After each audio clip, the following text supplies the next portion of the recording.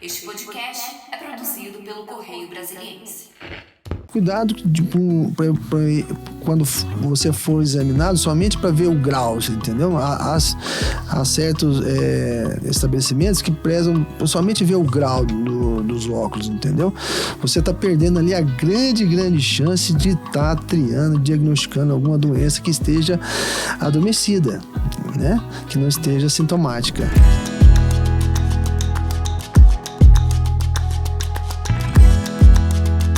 Olá, estamos no ar com mais um episódio do podcast Pode Envelhecer. Eu sou Cibele Negromonte, minha colega aqui, Carmen Souza. Esse encontro que a gente tem, agora, periódico com vocês, para falar um pouquinho sobre envelhecimento, processo de maturidade. E hoje a gente tem um convidado muito especial, que é o médico oftalmologista Durval Moraes de Carvalho Júnior, ele que é especialista em catarata. Catarata, como a gente bem sabe, quando a gente vê todo mundo falando, vou fazer a cirurgia de catarata, é um dos sinais de que a idade chegou. É um dos sinais de envelhecimento, porque o senhor pode explicar melhor pra gente, E é fato que todo mundo vai passar por uma cirurgia de catarata? Se a gente der sorte de envelhecer, de chegar lá. Primeiro, olá a todos, obrigado pelo convite. Bom, realmente, a catarata é um sinal de envelhecimento do cristalino. O cristalino é uma lente que nós temos dentro do olho, que fica ali atrás da íris, a cor dos olhos. Então, geralmente, não é perceptível, a não ser que a catarata esteja muito avançada, Então, o cristalino, ele tem uma função muito importante na visão nossa, que é de acomodação, de trazer o foco para perto, Então, o primeiro sinal que o cristalino nos mostra é que ele está meio que envelhecendo, é essa perda da capacidade de focar para perto, ou comumente conhecida como vista cansada. Exatamente.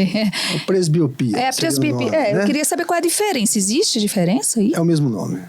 Presbiopia e vista cansada praticamente é o mesmo nome. E pelo que estou entendendo, é a primeira etapa da catarata. É a primeira etapa, como se fosse a disfunção do cristalino, tá certo?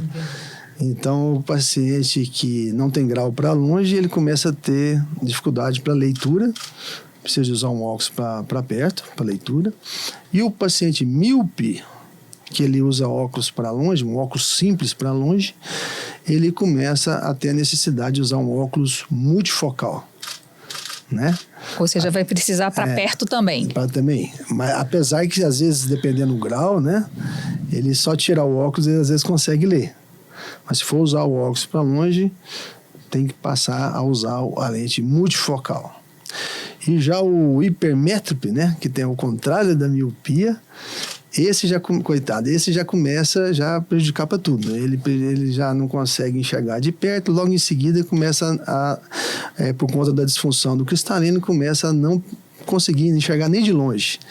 Então, um paciente que não usava óculos nenhum, ele começa a usar o óculos para perto e logo em seguida para longe também. Então, ou seja, pro dia todo, O tempo todo. O tempo inteiro. Isso, falando de envelhecimento, isso é muito ruim, porque é um paciente que enxergou bem a vida toda, de repente começa a usar o óculos, é um dos primeiros sinais que o paciente começa a perceber que ele está se envelhecendo. E aí, Durval, diante desses primeiros sinais, porque geralmente a vista cansada vem ali aos 40, tem até aquela piada, Você faz 40 anos, no dia seguinte você não está chegando. Mais nada. Diante disso, assim, de que esses primeiros sinais surgem na meia-idade, há cuidados que podem ser tomados para que isso não progrida e vire uma catarata? Então, a formação essa modificação do cristalino é muito a ver com o metabolismo, Mas eu não tenho uma receita para evitar isso aí, não.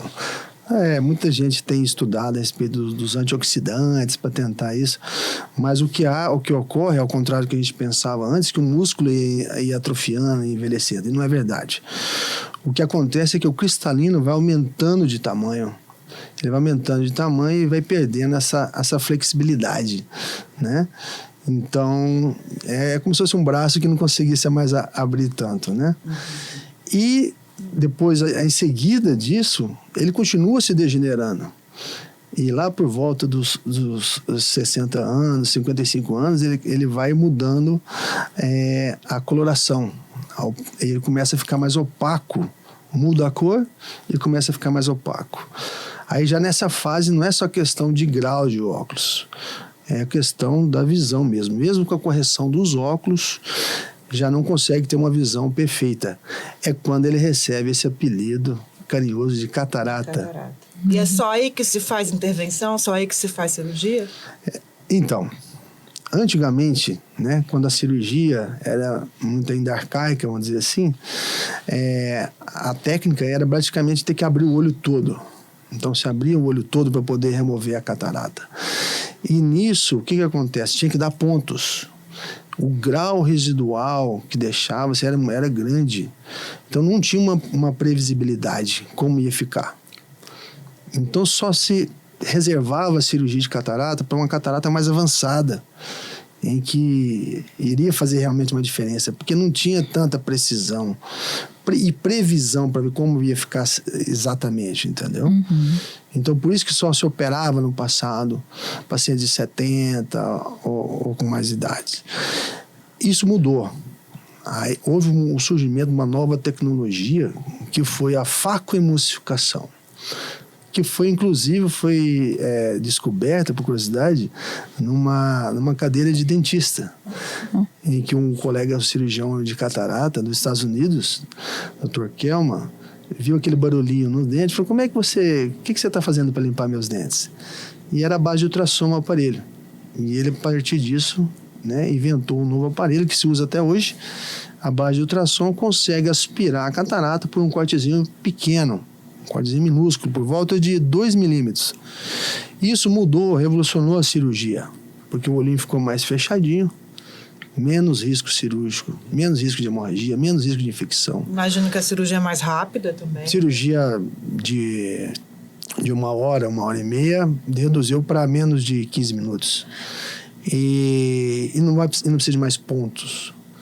E isso mudou por quê? Porque a gente começou a ter melhores resultados, o grau pós-operatório ficou mais previsível. E isso a gente começou a entrar numa nova era, que é a era da cirurgia faco, que é de catarata refrativa. Então a cirurgia hoje, ela não é só para limpar a lente, é uma cirurgia refrativa também, uma cirurgia que resolve tudo. Você consegue acertar o grau e junto, entendeu? Então, isso causou uma certa estranheza, porque, né, os filhos vinham trazendo os pais com 80 anos para poder operar a catarata, e aí, de repente, houve esse conflito, que ela foi no consultório e o médico falou: olha, você quer já resolver a sua catarata? O filho, você está falando. É o filho, né? Que tinha lá seus 55 anos, por exemplo, entendeu? E ele, né? Então, o filho com óculos e o pai sem óculos. Então, há uma estranheza ainda, até hoje, assim, dos pacientes de 55 anos, 50, 55 anos, né? Já está recebendo uma sugestão de cirurgia de catarata. Ou seja, porque isso você já tem percebido mesmo, a queda da idade das pessoas que estão procurando. Porque assim, na verdade, quem muitas vezes procurou, na verdade, foram os próprios filhos, porque eles levavam os pais para serem operados e os pais estavam saindo, né? Pais com mais idade, com 80 anos, eles já estavam saindo da cirurgia, enxergando para longe e para perto. Os filhos com óculos, né? Na fase bem mais ativa, né? Que os pais, puxa, doutor, eu quero agora. Eu tô precisando de agora isso aí. E dá para fazer? Isso que eu ia perguntar. Não tem nenhuma contraindicação? Não, o que acontece? Outra coisa que evoluiu bastante foram os exames pré-operatórios. Então, hoje nós temos aparelhos que fazem diagnósticos assim, muito avançados, entendeu? E muito mais do que antigamente. Então, a gente consegue prever muita coisa, sabe? Não tudo, porque é só Deus que consegue isso, mas a gente consegue prever muita coisa. E faz medidas pré-operatórias que, né, melhoram a chance do sucesso.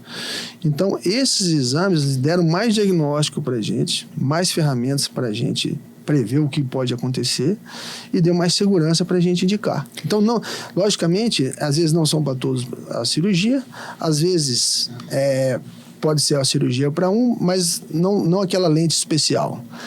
entendeu? Então, a expertise do médico oftalmologista, principalmente cirurgião de catarata, não é só a cirurgia.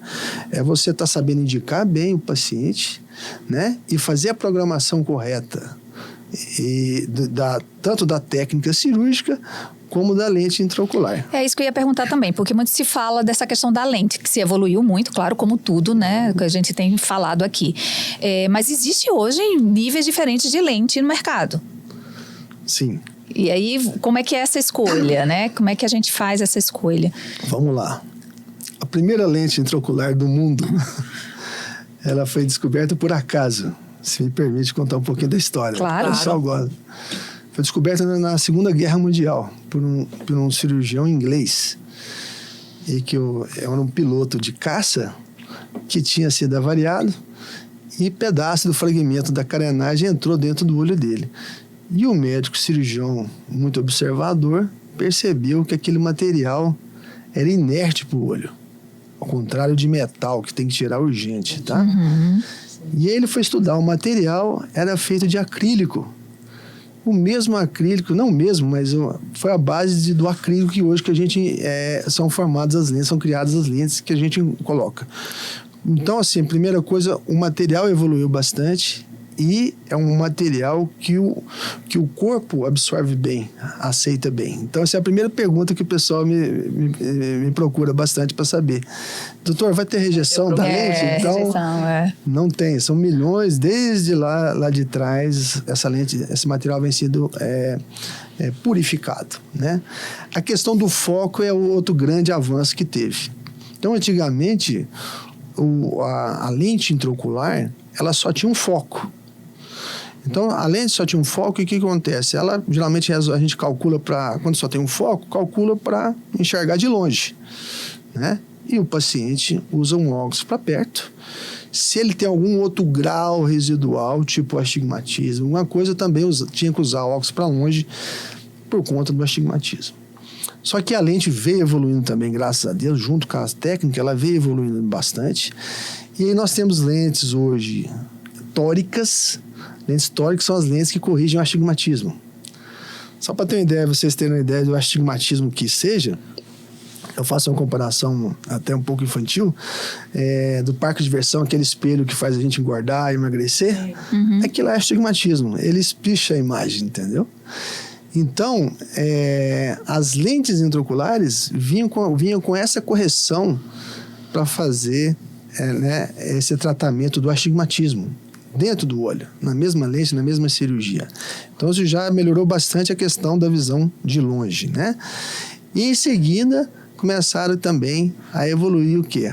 A quantidade de focos. Em vez de um foco, a gente começou a ter 2 focos. No caso, eram as lentes bifocais, que não tem nada a ver com óculos bifocal. Uhum. Nada a ver, né? Não dá pra... Porque o óculos bifocal, você tem que olhar para baixo para ler. A lente intraocular bifocal, você pode olhar para qualquer direção, você consegue ver longe e ver perto, tá? E mesmo assim, a gente conseguia, no retorno, né, no pós-operatório, depois de um mês já de cirurgia, a gente começava a perceber que ainda tinha alguns pacientes que não estavam ainda tão satisfeitos, mesmo tendo foco, a visão para longe e outra para perto. Agora tem multifocal, imagina. Agora nós temos a lente trifocal, que é, o que eles acrescentaram? O foco intermediário. O que seria o foco intermediário? Essa distância que nós estamos aqui conversando é uma distância intermediária, entendeu? Uhum. E que a gente estava deixando de lado. E é uma distância que a gente usa muito. O computador, por exemplo, né? Fazer uma comidinha com os braços, tudo que você faz com o braço esticado é visão intermediária, que não estava sendo contemplado com as lentes bifocais. Então, quando veio a lente trifocal, que realmente a gente viu assim, uma satisfação mais assim, completa, praticamente, de quase todos os pacientes, entendeu? Agora, Durval, quando, e aí talvez as cirurgias mais antigas, assim, falava-se muito assim, você fez a primeira de catarata, mas fica de olho que talvez você tenha que fazer novamente. É isso que eu ia perguntar também. Aí estou imaginando, inclusive, pensando no envelhecimento das pessoas, enfim, você vive mais tempo, você precisa fazer mais cirurgias. Esse avanço aí no tratamento também acabou reduzindo aí essa obrigatoriedade de refazer o procedimento? Ou alguém que fez essa cirurgia tempos atrás, quando não tinha essa tecnologia pode fazer novamente? Aquilo é mito ou verdade, né? Desculpa.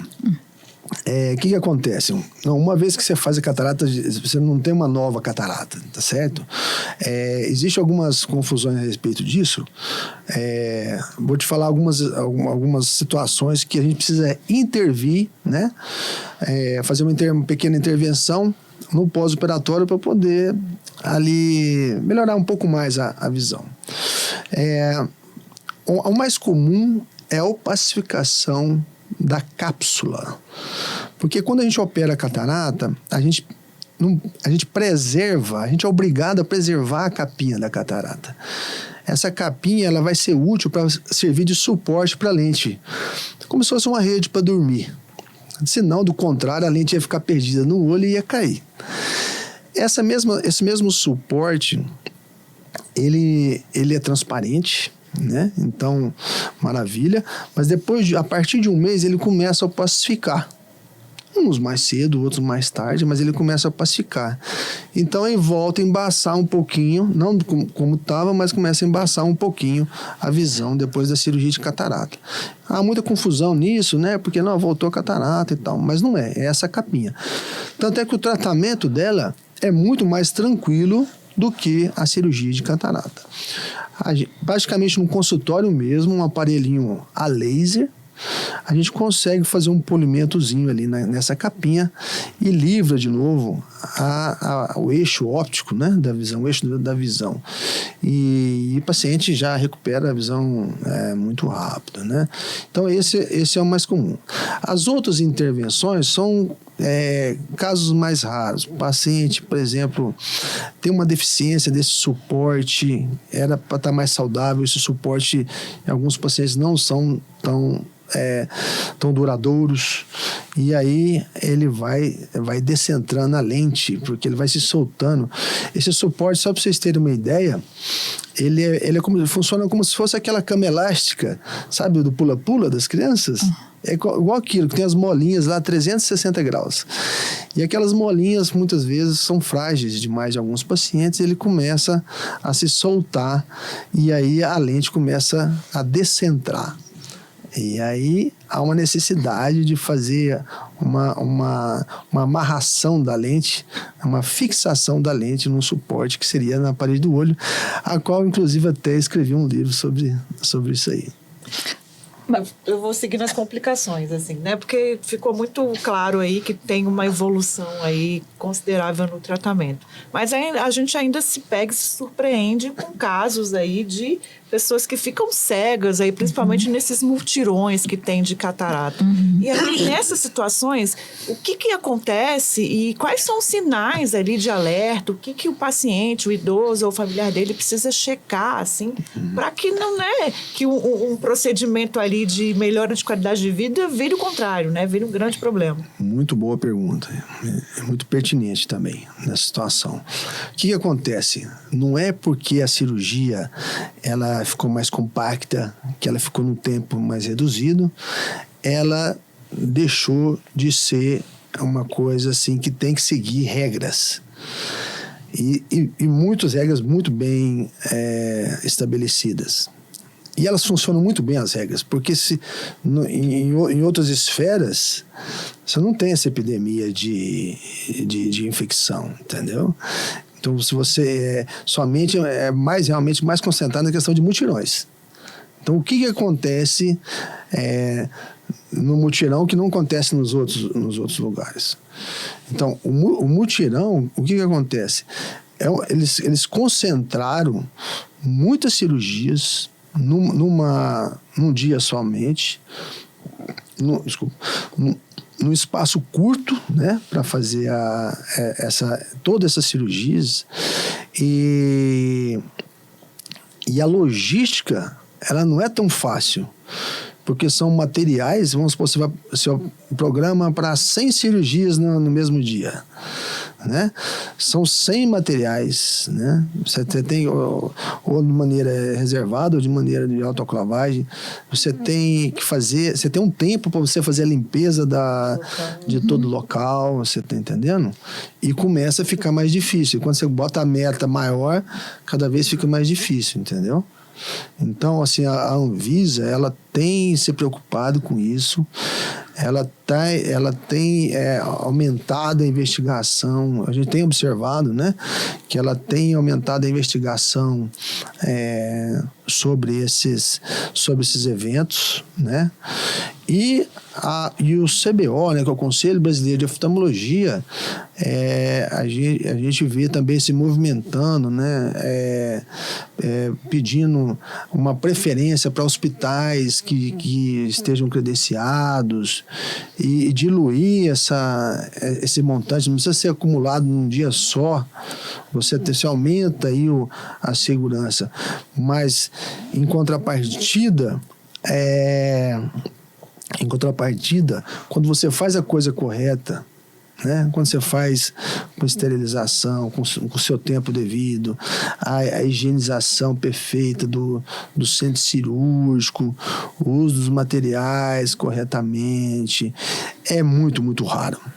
Então, assim, eu poderia dar uma mensagem aqui para quem tiver catarata, procurar, assim, um serviço, né, assim, que tem esses bons modos, né, que siga as regras corretamente, que dificilmente vai ter uma complicação dessa, tá? Agora a gente falou aqui, né, que a vista cansada seria uma primeira etapa, né, da catarata. Mas quando é que eu vou saber quais são os sinais de que está na hora de que realmente a minha catarata está ali e que eu preciso fazer a cirurgia? Então vamos lá. Quando ela começa a realmente ficar mais amarelada, né? Além do borramento da visão, então primeiro são as atividades. Primeiro os pacientes começam a perceber pelas atividades. Poxa, antes eu dirigia mais fácil, mais tranquilo, agora estou tendo uma certa dificuldade, às vezes vou estacionar, não estou mais estacionando tão bem, estou perdendo detalhes de placas, já começa assim. Conseguindo ler. A leitura já começa, mesmo a leitura antes que eu estava lendo fácil, também já começa, ele mesmo começa a comparar algumas atividades. O segundo,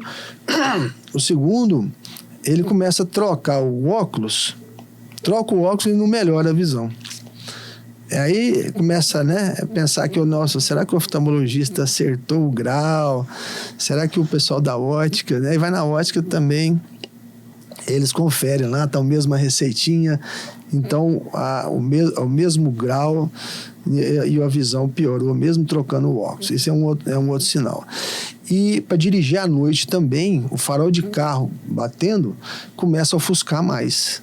Nossa, tá batendo assim o farol de carro, já começa a perder a noção das coisas. E esse é um outro grande sinal.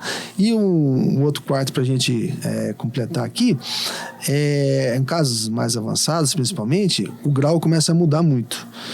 Então o paciente, às vezes, começa a dar miopia, o foco começa a aproximar. Piora de longe, começa a aproximar.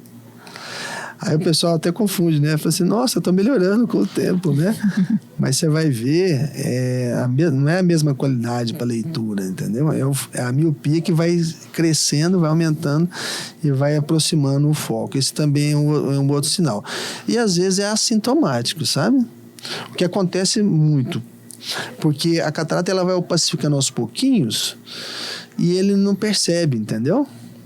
E ele não percebe. E aí vai... quando vê, ele vai acostumando, na verdade. Ele vai acostumando, ele vai deixando de fazer algumas coisas sem querer, sabe? E aí eu acho que entra uma outra questão, que é assim também do envelhecimento, assim, que eu espero, assim, em outras áreas, aí essa é até a minha pergunta. Tá envelhecendo, então é normal que esqueça um pouquinho, que pare de ouvir, que perca um pouco a questão auditiva. E acho que às vezes tem assim, não está enxergando tão bem, mas isso faz parte do processo do envelhecimento.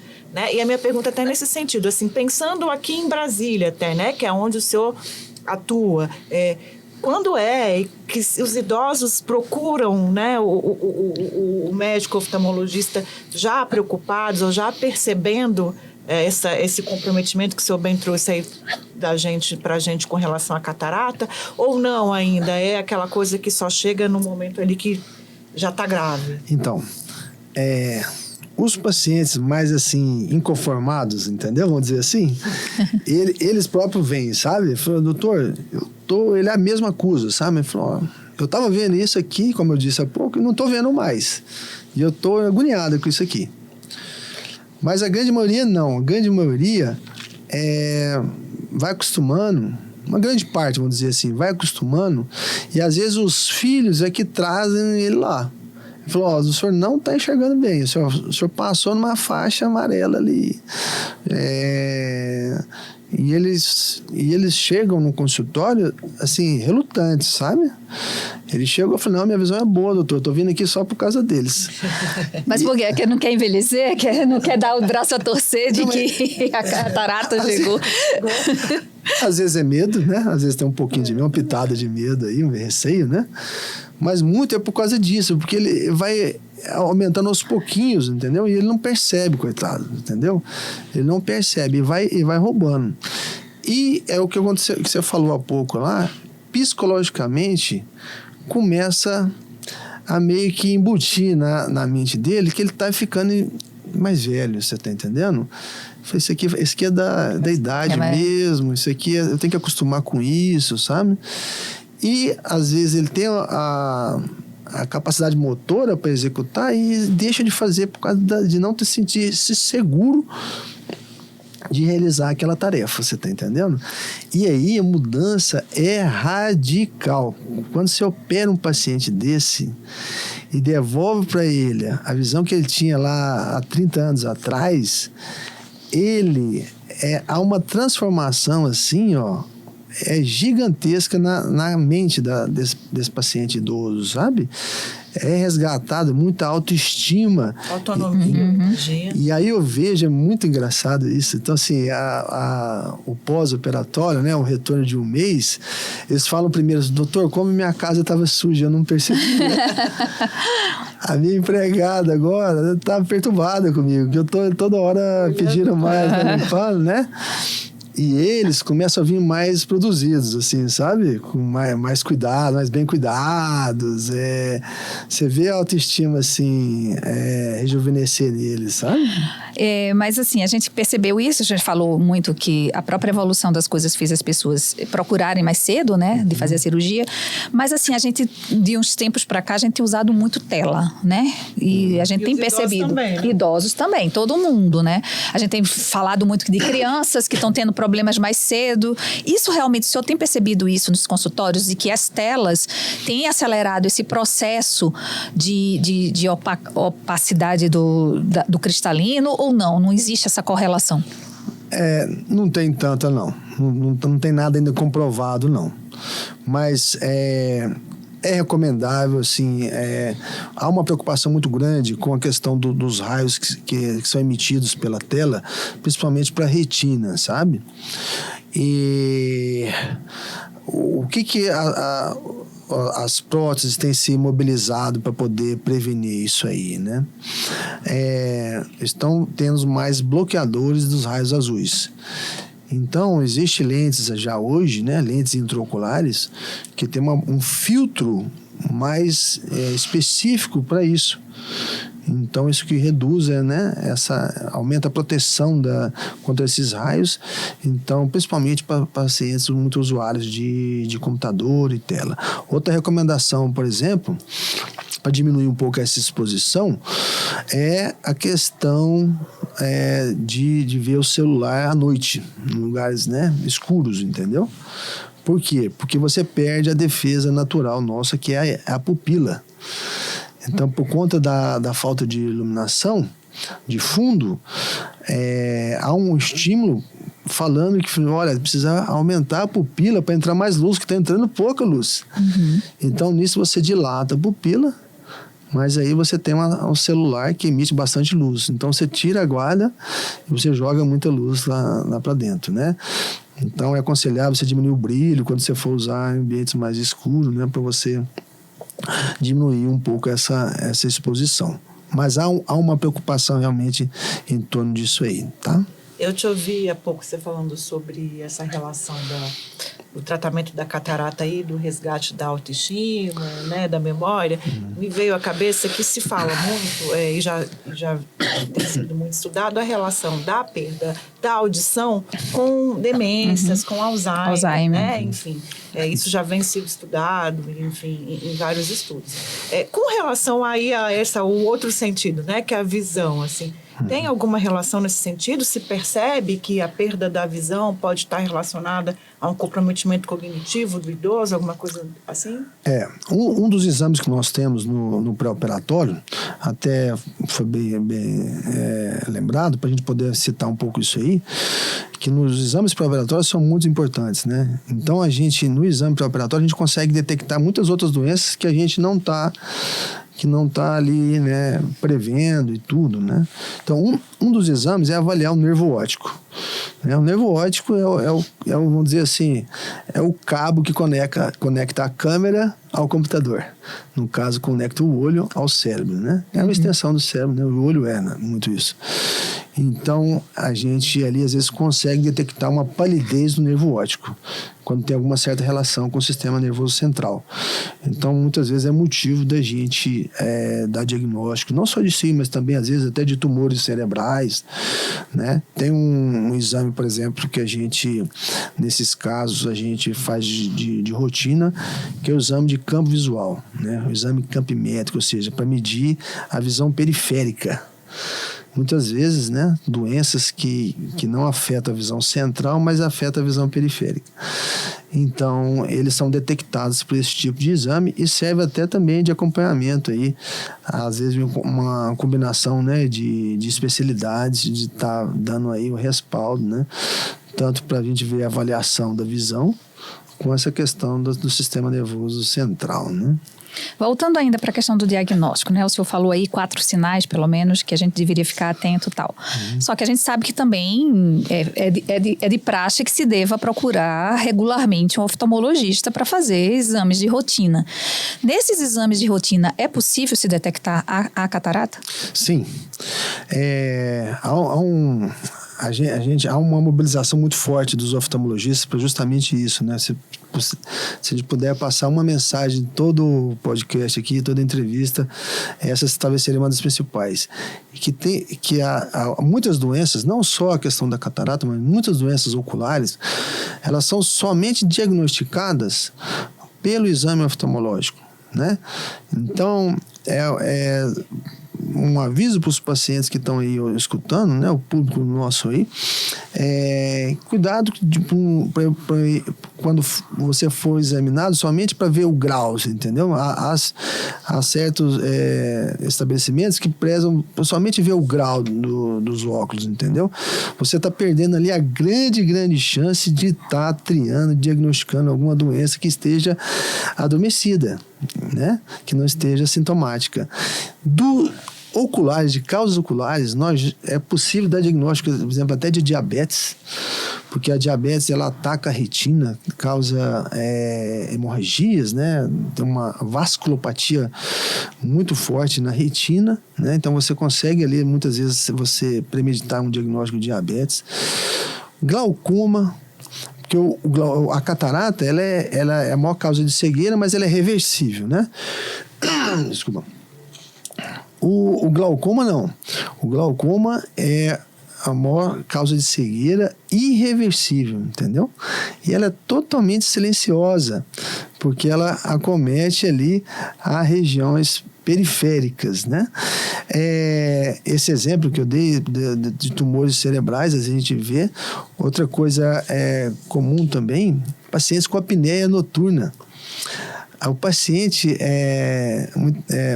muitas vezes começa a desenvolver glaucoma, né? Vai prejudicar a doença do nervo óptico, e você vai ver a pressão dele está normal, a pressão do olho está normal, que geralmente está aumentada em glaucoma, mas está normal. E você vai fazer exames, o paciente está com apneia noturna, ele não está respirando à noite. E falta oxigênio. Assim como falta oxigênio no nervo óptico, falta no coração, falta nos rins, e muitas vezes é diagnosticado na consulta oftalmológica. Então, respondendo, assim, é muito importante a consulta oftalmológica. E quando você vai lá e só faz uma consulta só de grau para ver os óculos, né? Muitas vezes até que não sendo em feiras, em locais. Exatamente, não é um oftalmologista, você está entendendo? Você está perdendo a chance de um diagnóstico que pode, às vezes, até salvar a sua vida. Aí a gente está falando, obviamente, né, Durval, de acompanhamento. E, inclusive, estudos mostram que o brasileiro não tem o hábito de ir ao oftalmologista, né? É muito baixo, né, a taxa de comparecimento. Mas puxando aqui para o nosso público, para o idoso, o fato de estar, e aí, num processo já natural de envelhecimento, ter doenças, né, crônicas, como você bem trouxe aí, que a diabetes, exatamente, que também podem complicar aí, ou comprometer a visão, a gente pode pensar numa periodicidade menor de frequência, ir para o oftalmologista com um espaço mais reduzido, né, ir com mais frequência, o idoso, imaginando toda essa complexidade que você trouxe aí, que fatores muito diferentes podem interferir na saúde ocular? Belíssima pergunta. O que acontece? Vai variar conforme a comorbidade, conforme a patologia, tá? Se é uma situação, por exemplo, a diabetes começa a dar hemorragias no olho de uma forma muito agressiva e tudo. Há tratamentos hoje muito eficazes, muito melhores que no passado, né? Anti-inflamatórios muito mais potentes. E, logicamente, depois do tratamento, tem que ter uma frequência um pouco mais, né, curta, porque tem que acompanhar para ver se ele vai estabilizar. Depois que estabiliza, geralmente aí se espaça mais, a gente faz uma revisão aí com um especialista de retina, né, um retinólogo, uma vez ao ano, por exemplo, né? Mas há casos que não, mas há casos que precisa estar mais próximo, 6 meses, às vezes até de 1 mês, enfim. E outros também. Há outras patologias, não. A catarata já é mais tranquila. A catarata a gente faz aí, né, uma semana, primeiro dia, uma semana, 1 mês, aí depois vai espaçando. 6 meses, depois de ano em ano também. O glaucoma vai depender. Casos mais avançados, às vezes bem curto, geralmente 6 em 6 meses é o mais preconizado.